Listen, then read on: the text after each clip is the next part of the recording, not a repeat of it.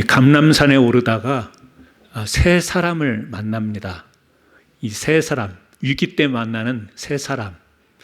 우리도 그렇죠? 좋을 때, 뭔가 정말 좋은 일이 있을 때 만나는 사람이 있고, 또 힘들고 어려울 때 만나는 사람들이 있습니다.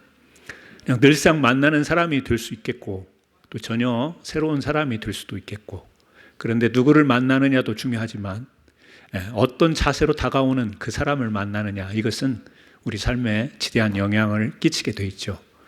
오늘 이 다윗에게는 세 사람이 다가오는데, 첫 번째는 우리가 오늘 앞부분만 읽었습니다.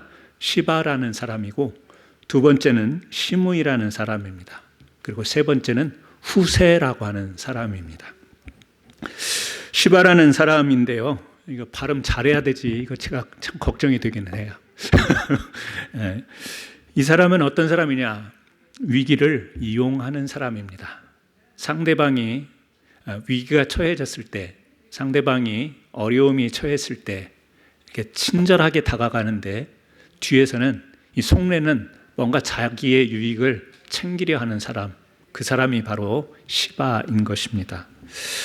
다윗이 아들 압살롬의 반역으로 이제 도망가게 되는 길 가운데 딱 만났습니다.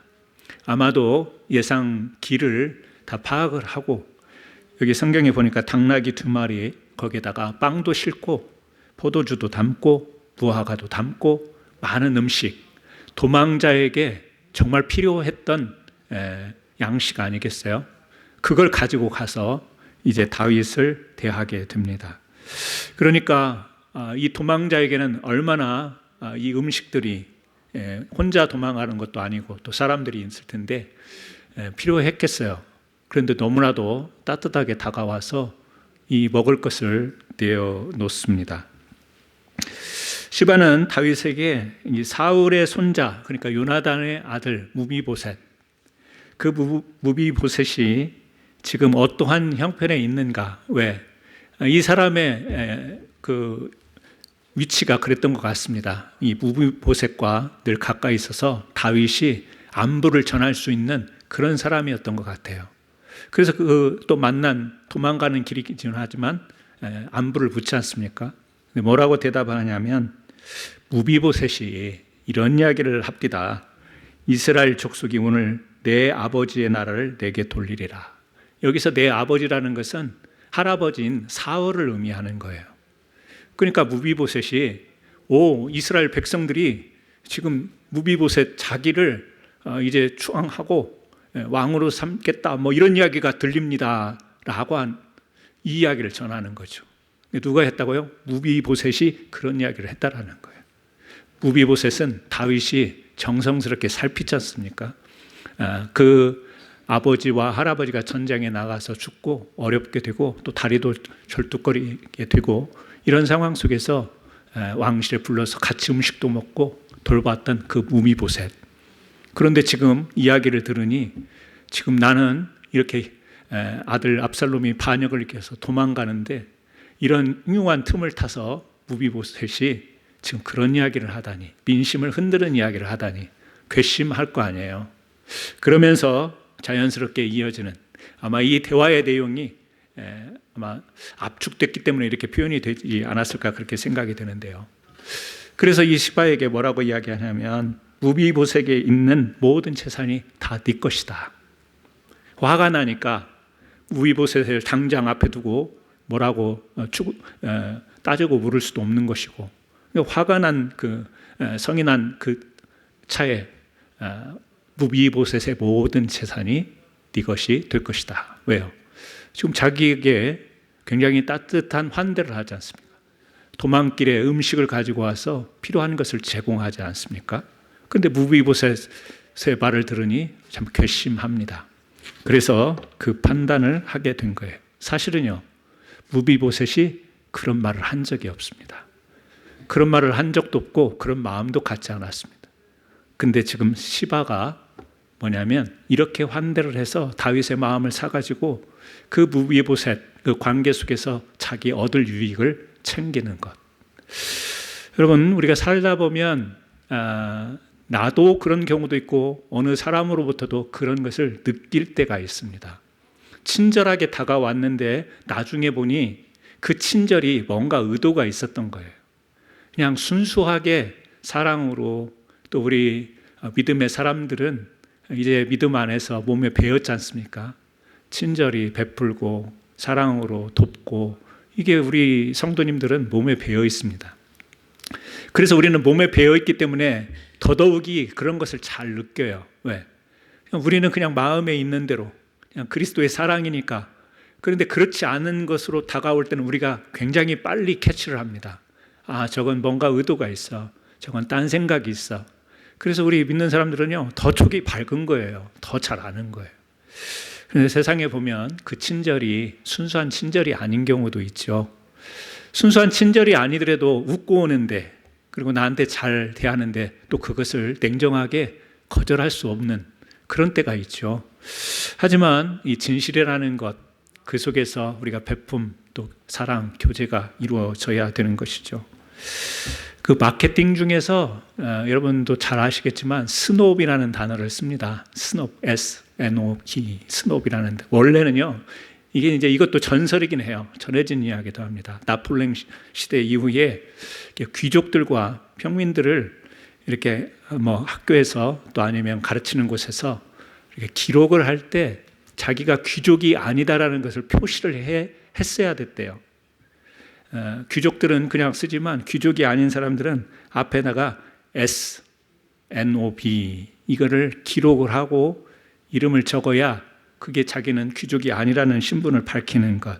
그래서 사인, 라틴어인데요. 노빌리 라테. 그 사인을 함으로 인해서 귀족과 귀족이 아닌 사람들이 구별이 됐다라고 하는 그런 이야기가 있습니다. 그런데 지금 오늘날에 와서 이 스놉 마케팅이라는 것은 뭐냐면, 부유층들이 있고 이 특권층들이 있고 뭔가 지위가 있어서 또 그만큼 있어서 이렇게 옷도 사고 명품도 사고 뭐 이러지 않습니까? 있는 사람들이 자기의 충분한 그런 것들이 있으니까 뭐 구입하고 좋은 것을 살 수 있지 않습니까? 그런데 그렇지 못한, 형편이 그렇지 못한 사람들을 자꾸 부추기는 거죠. 그래서 부유한 것처럼 또 유명인인 것처럼 특권층인 것처럼 이렇게 우월감을 자꾸 옆에서 좋은 말로는 복 돋는 것이고 안 좋은 말은 뭘까요? 부추겨서 사게 만드는 거. 백화점에 갔더니 사모님 대전에 이 옷 5벌밖에 없어요. 근데 이 옷을 대전에서 누가 입겠어? 사모님이 주인이야.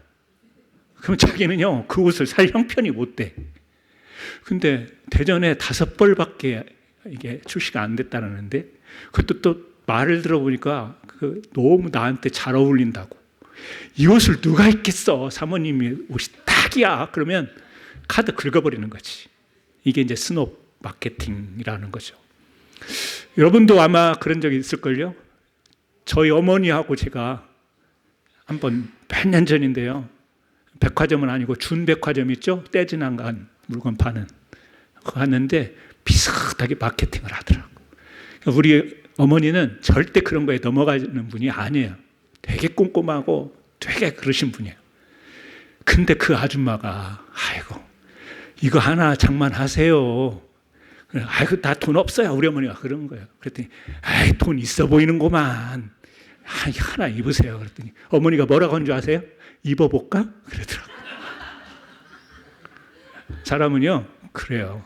자기는 절대 자기 분수에 맞고 자기에 맞는 옷 입어야지라고 생각했다가도 옆에서 뭔가 부추기면 마음이 흔들리게 되는 거죠. 스놉이라고 하는 건데요, 사실이 아니에요. 진실이 아니에요. 그냥 뭐 어디 가면 다 그런 건 아니죠. 마케팅이 다 속이는 게 아니죠. 장사를 해야 되니 거기에 맞는 그 직원으로서는 아니면 주인으로서는 당연히 팔 수 있는 그게 하나의 전략이 될 수 있는 거지만, 우리가 이제 이렇게 진실이라고 하는 면에서 이것을 하나의 예로 살펴보자고 한다면, 여러분 우리가 살아가는 세상 속에서 말을 하고 사람을 대하고 친절을 대하는데 항상 이 진실과 본심에서만 그런 것은 아니다. 뭔가 생각하고 계산하고 또 심지어 나쁘게 보면 이용하기도 하고 나의 유익을 챙기기 위해서. 여러분, 그때 중요한 것은 그 사람이 나쁘다 이것을 이야기하려고 하는 게 아니라 그런 순간에 우리 자신들이 잘 흔들리지 않고 기준에 서서 이렇게 시바와 같은 친절함이 있지만 그 순간적으로 무비보셋이 그런 이야기를 했다라는 것을 자기가 조금 정황적으로 알아보지도 않고 그 자리에서 성급하게 판단을 해버렸잖아요. 환경적으로 보면 지금 자기가 쫓기는 그런 상황에 있기도 해요. 자기가 다급한 상황에 있기도 합니다. 또 피곤하기도 해요. 도망길이니까 고단하기도 합니다. 그때 뭔가 이렇게 소리를 들을 때, 자기에게 뭔가 도움이 되지 않는 이야기를 들을 때 사람이 그냥 성급하게 판단을 내리는 경우가 많은 거죠. 속아 넘어가서 판단하는 것, 이런 의미보다는 우리가 그럴 때가 있습니다. 모든 게 막 귀찮을 때가 있고요. 막 피곤하고 짜증날 때, 그때 뭐를 딱 결정하면 나중에 후회할 확률이 높다라는 것을 우리가 살아가면서 경험하잖아요. 짜증이 나더라도 또 뭔가 급한 일이 있더라도 한숨 좀 내쉬면서 조금 생각해보고 정황도 알아보고 판단을 해야 실수를 안 하는 거지. 짜증나니까 그냥 해. 귀찮으니까 그냥 합시다. 이거는 아니라는 거죠. 근데 우리 생활 가운데 보면 우리도 그러는 경향들이 있을 수 있습니다. 믿음의 이야기가 아니고 어떻게 보면 우리의 생활의 이야기일 수 있습니다. 그냥 살아가는 우리의 태도의 이야기일 수 있는데 오늘 조금 더 나아가게 되면 우리 신앙 안에서도 이런 영적인 판단력의 흐름이 피곤함 때문에, 고단함 때문에, 때로는 쫓김 때문에, 그런 것 때문에 있을 수가 있어요. 여러분들에게만 주어지는 이 삶의 상황들이 있을 텐데 여러분들의 삶의 자리에서 일어나는 이런 일들이 있을 때 뭔가 성급하게 그 감정과 기분에 따라서 결정하지 마시고 늘 말씀을 묵상하듯이 현실의 판단 앞에서도 늘 심사숙고할 수 있는 저와 여러분 되기를 주님의 이름으로 축원합니다. 시바적 본성, 또 우리가 누군가를 대할 때 내가 돕는다라는 명분 뒤에 어떤 숨겨진 그런 이기심을 혹시라도 우리가 갖는다면 이 말씀이 생각나서 그런 우리의 이기심을 내려놓을 수 있기를 주의 이름으로 축원합니다. 중요한 것은 그건 것 같아요. 우리 믿는 사람에게는 늘 우리가 나누는 말씀이지만은 그 기도보다 이 감정이 앞서는 것.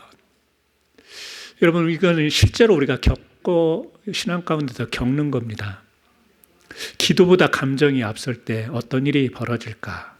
심지어는 기도마저도 감정으로 기도할 때가 있기 때문에 기도하는데 기도는 주님 앞에 내 마음을, 내 감정을 다 내려놓고 내 형편을 내려놓고 주님께 맡기는 건데 기도마저도 이 감정에 못 이겨서 이 기도의 말투가 틀리고요. 기도의 자세가 틀리고 너무 전투적이고 너무 공격적이고 뭔가 막 부술 것 같은 기도를 우리 평소에 이렇게 사진 모습 보면 두 손을 모으고 해야 되는데 기도하는데 막 주먹 쥐고 막 내려치면서 기도 주여 이럴 수가 있습니다. 주여 막 이러면요 굉장히 하나님도 놀라실 것 같아요. 왜 그렇죠? 감정이 기도를 압도하고 있기 때문에 그런 거예요. 그래서 기도라는 것은 우리가 필요한 것을 구하고 하나님의 뜻을 구하는 이런 기도도 있지만 그 태도와 자세를 보면 참 우리 되게 할 수 있는 하나님이 주신 특별한 방편이기도 하는 것 같아요.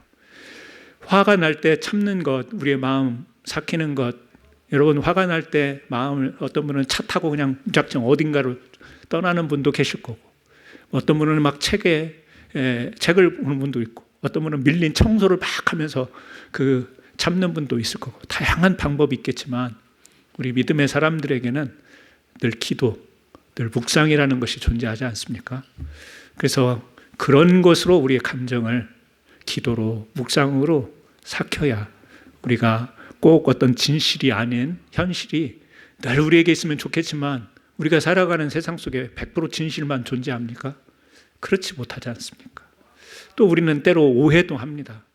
그래서 진실과 진실이 아닌 것들이 뒤섞인 이런 사회 속에서 나는 진실을 밝힐 거야, 밝히고 말 거야, 이렇게만 살아갈 수 없지 않습니까? 때로는 당하기도 하고 때로는 내가 멍청이가 되기도 합니다. 하지만 상대방과 내 자신이, 상대방을 통해서는 상대방의 의도를, 그리고 내 자신에 대해서는 이렇게 감정보다는 기도와 믿음의 방법을 통해서 잘 다스려가는 저와 여러분 되기를 주님의 이름으로 축원합니다. 두 번째 보게 되면, 우리가 읽지는 않았는데 5절부터 14절에 보면 시므이라는 사람이 나옵니다.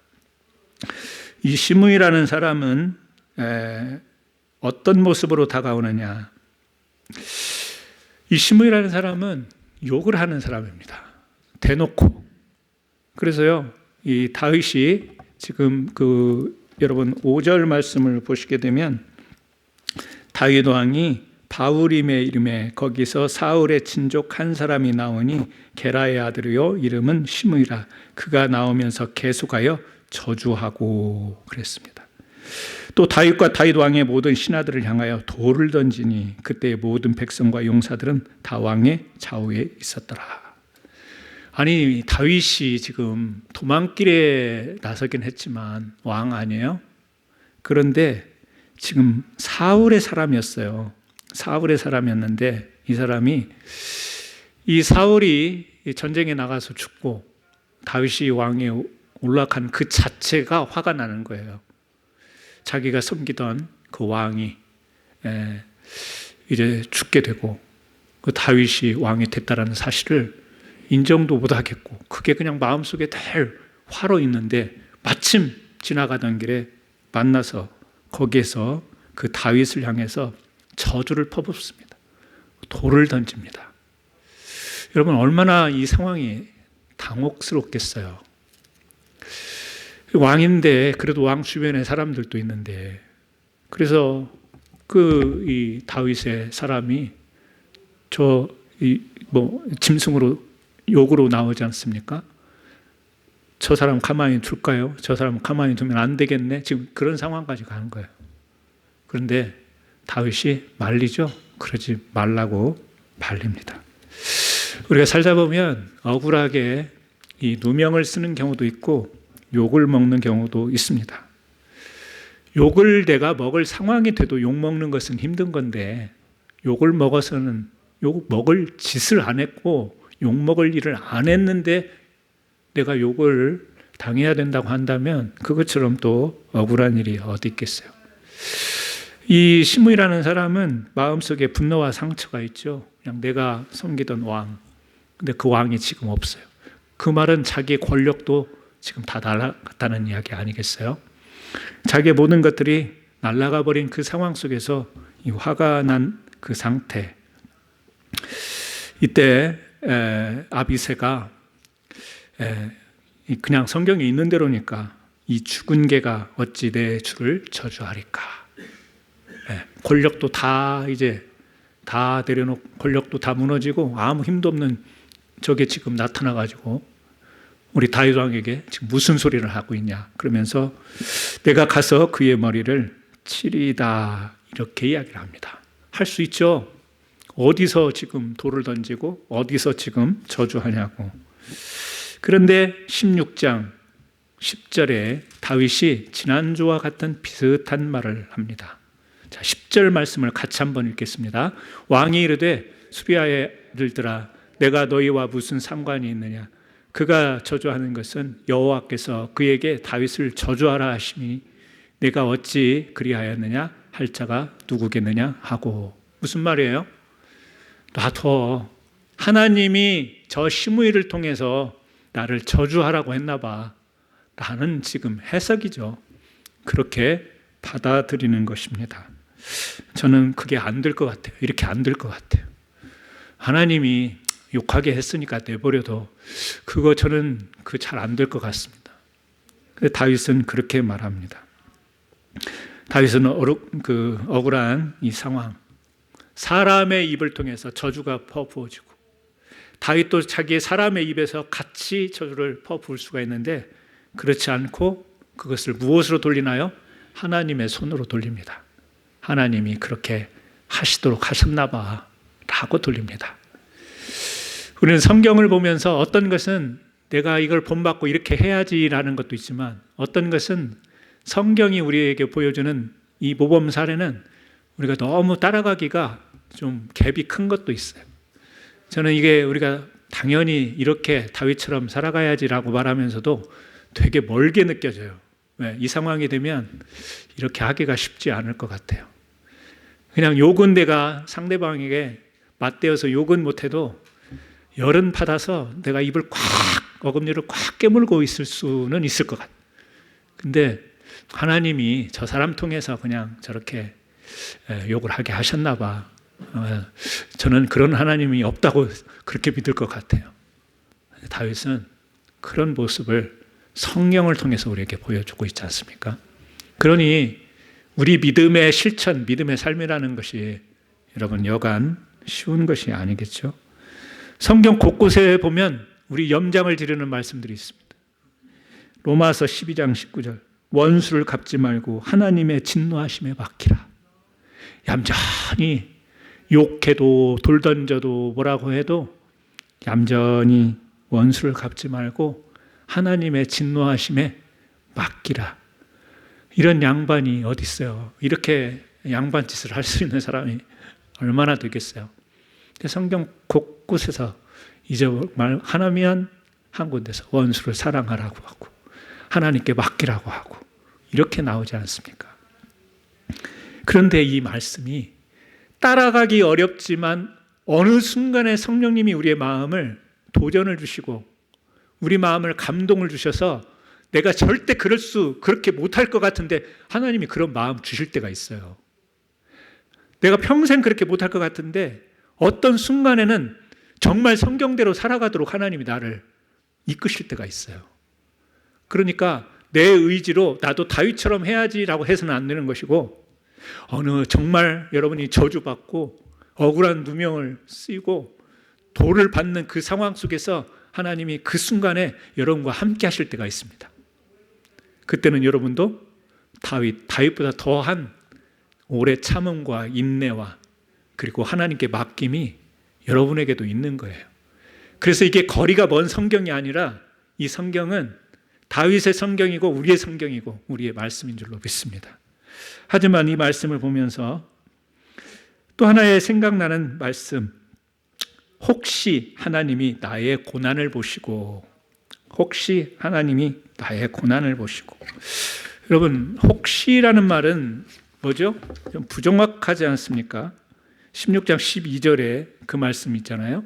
혹시 여호와께서 나의 원통함을 감찰하시리니 하나님이 바쁘실 텐데 조금 여유가 있어서 혹시 내 사정을 아신다면 그런 말이 아니고요. 여기에서 혹시라는 것은 뭐죠? 불확실성이 아니라 겸손한 확신을 말하는 겁니다. 하나님이 나를 헤아려 주신다면 그런 이야기가 되겠죠. 나의 원통함을 헤아려 주신다면, 감찰하신다면 오늘 그 저주 때문에 여호와께서 선으로 내게 갚아주시리라. 나는 내가 지금 같이 돌을 던질 수 없고 내가 도망자의 위치에서 이 일 처리를 할 수는 없지만 혹시 하나님이 나의 원통함을 알아주신다면 하나님께서 그 내가 받는 저주 때문에 그것을 선한 것으로 내게 베풀어 주실 것을 여러분 이런 고백을 다윗이 하고 있습니다. 그래서 하나님의 백성은 예수 믿는 사람은 선할 수밖에 없어요. 착할 수밖에 없습니다. 여러분들이 아무리 인상을 쓰고 악한 모습을 해도 여러분들은 하나님의 손에 있기 때문에 결국에는 선한 결론으로 나가게 돼 있어요. 저는 우리 성도님들이 이러한 선한 이 다윗의 고백처럼 내가 힘들고 어렵고 억울한 일 당하고 원통함을 당하더라도 하나님께 맡긴다라는 기도를 하는 여러분들이 바로 이 기도를 하는 거예요. 하나님, 내가 지금 이런 형편에 있고 이런 일을 당하지만 하나님의 선한 것으로 나를 갚아 주옵소서 맡기죠. 우리 믿음의 고백이면서 믿음의 결단이기도 하고 삶의 실천의 핵심이기도 합니다. 저는 우리 성도님들이 이 구절을 참 인상 깊게 새겼으면 좋겠습니다. 오늘 그 저주 때문에 여호와께서 선으로 내게 갚아주시리라. 이게 꼭 시므이 같은 다른 사람 때문이 아니라 상황의 어려움 속에서도, 힘들고 어려운 고난 속에서도 하나님, 이 지금 고난과 같은 저주와 같은 이런 상황일지라도 여호와께서 선으로 되게 갚아 주실 줄 믿습니다. 내가 아파도 힘들어도 제대로 걷지도 못하고 제대로 먹지도 못하고 알아두어 있더라도 이 고통 때문에 여호와께서 선으로 갚아 주실 줄 믿습니다. 이 고백이 저와 여러분에게 있기를 주님의 이름으로 축원합니다. 세 번째 사람은요, 후세라는 사람이에요. 후세. 15절부터 이제 등장하는 인물인데, 후세는 간단하게 이야기하면 다윗의 친구와 같은 사람입니다. 그런데 이 사람이 갑자기 압살롬에게 가요. 압살롬은 누구예요? 반역자. 자기 아들이면서 반역자입니다. 이 사람도 혹시 배신하는 거 아닌가? 그런데 그렇지가 않습니다. 압살롬을 지지하는 척하고 다가갔지만 실제는 다윗을 위해서 쓰시는 하나님의 도구, 그 도구로 쓰임받은 사람이 후세였습니다. 앞에서 시므이와 또 시바라는 두 사람이 다윗에게 어려운 사람이었다면 이 후세라는 사람은 하나님이 도우시는, 하나님이 보내시는, 하나님이 함께 하시는 돕는 자를 의미합니다. 여러분 주위에 여러분을 힘들게 하는 사람도 있지만 여러분에게 위로가 되고 격려가 되는 사람도 많이 계시잖아요. 우리 교회 안에 성도님들이 시므이나 시바 같은 사람이 아니라 후세 같은 사람으로, 특별히 저 사람이 나에게 어떤 친절을 베풀거나 낙타를 끌고 와가지고 막 떡덩이를 내려주고 포도주를 나눠주고 이런 것은 아니어도, 그런 친절은 아니어도 말 한마디로 또 얼굴 모습 하나로 따뜻하게 우리를 위로하고 격려해주고 공감해주는 이 후세와 같은 존재들이 우리 옆에 있는 성도들이지 않겠습니까?